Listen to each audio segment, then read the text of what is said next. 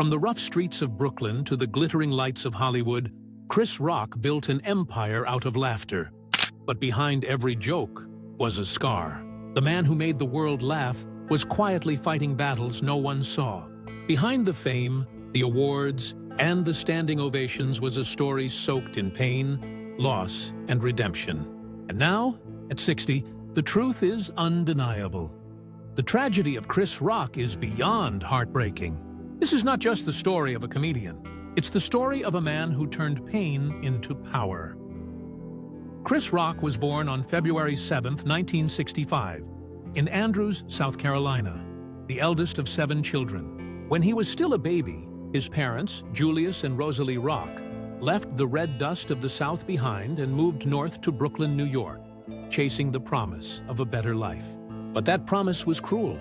His father drove trucks by day and delivered newspapers by night, while his mother taught preschool and worked as a social worker after hours. Every clink of coins on the kitchen table was a reminder of how close they lived to hunger. Hard work and exhaustion filled their small apartment like air. At 10 years old, Chris was sent to a mostly white school across town under a desegregation program. Each morning, he boarded a yellow bus into a world that didn't want him there. He faced fists, mockery, and silence, and he told no one. He carried the bruises like homework. By 13, he had learned that silence could be safer than truth. He walked fast, spoke little, and used humor as a shield. "I thought that's just what life was," he said years later. The laughter that once protected him would one day define him.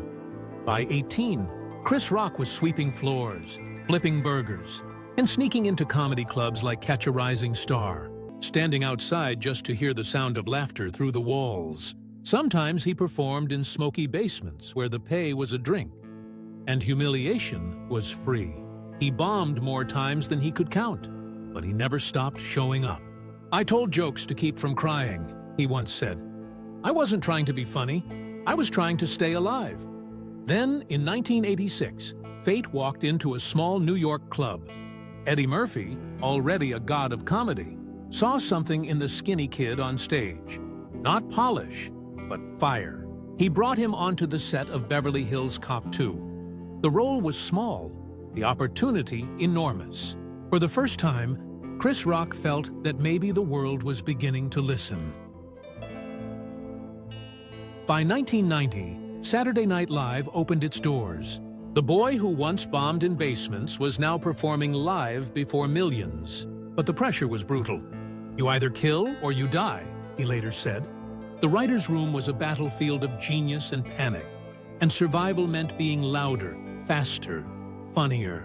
When his time on SNL ended in 1993, silence returned, until he found his voice again. In 1996, everything changed for Chris Rock. His groundbreaking special, Bring the Pain, wasn't just comedy. It was combustion. With razor-sharp precision and unflinching honesty, he tore through the subjects of race, truth, and class, earning 2 Emmy Awards and a permanent place in the history of stand-up. The world called him fearless, but Chris called it therapy. Through the late 90s and early 2000s came a golden streak. Bigger and Blacker, Never Scared, The Chris Rock Show, and Everybody Hates Chris. Each one proved his genius, but behind every laugh was a scar that never fully healed. In 1988, tragedy had struck long before the spotlight found him. His father, Julius Rock, went into surgery for what was supposed to be a simple ulcer, and never came out. "When my dad died, part of me died too," Chris said years later.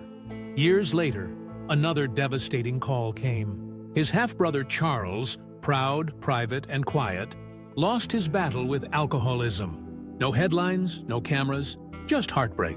Chris kept working because that's what his father would have done. But the laughter sounded different now. Softer, heavier. And then, in 1997, he lost another brother in spirit. Chris Farley, his wild SNL partner, who died at just 33.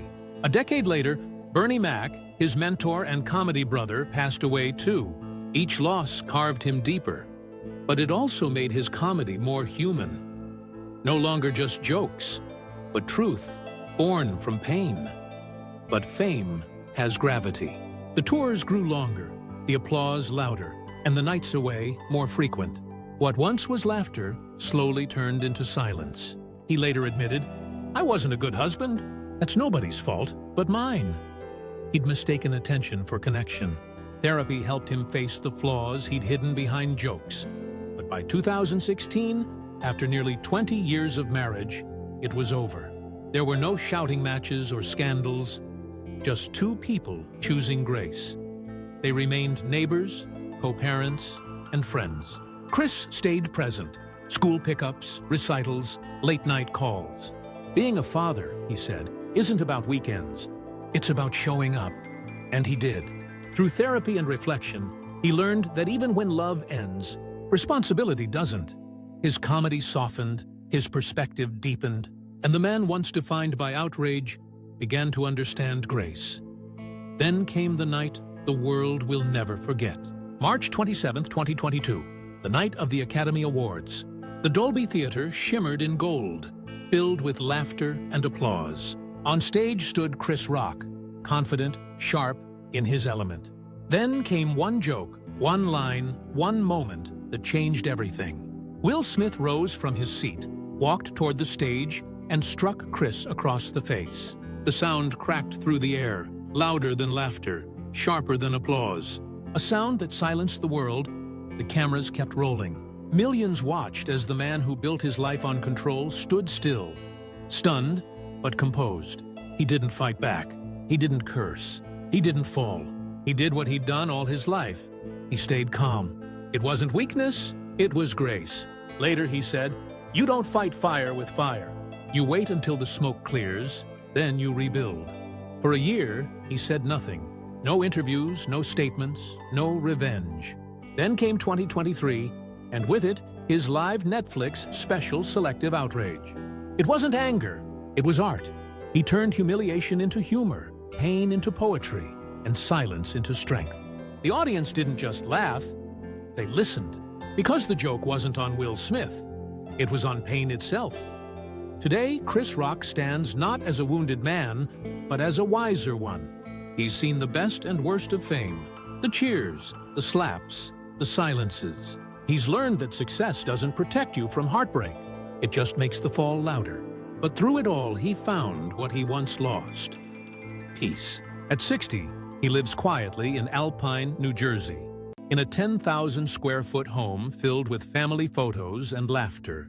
His net worth may hover around $60 million, but his real wealth, he says, is peace. He meditates, cooks, and calls his daughters every night. Lola studies in Paris, while Zara continues her mother's humanitarian work through Styleworks. He's not chasing applause anymore. He's chasing meaning. Sometimes he still slips into small New York clubs unannounced. No cameras, no spotlight. Just him, a microphone, and the truth. When it's good, he smiles. It feels like breathing. In 2024, his animated revival Everybody Still Hates Chris premiered, bridging generations with humor and heart. It's not just nostalgia, it's proof that even old stories can find new voices. Behind every laugh lies a lesson.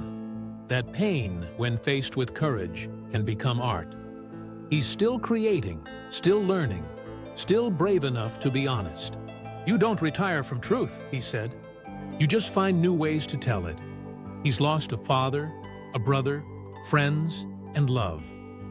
He's been broken by silence, saved by humor, and humbled by life. But every time he fell, he rebuilt, not with bitterness, but with grace.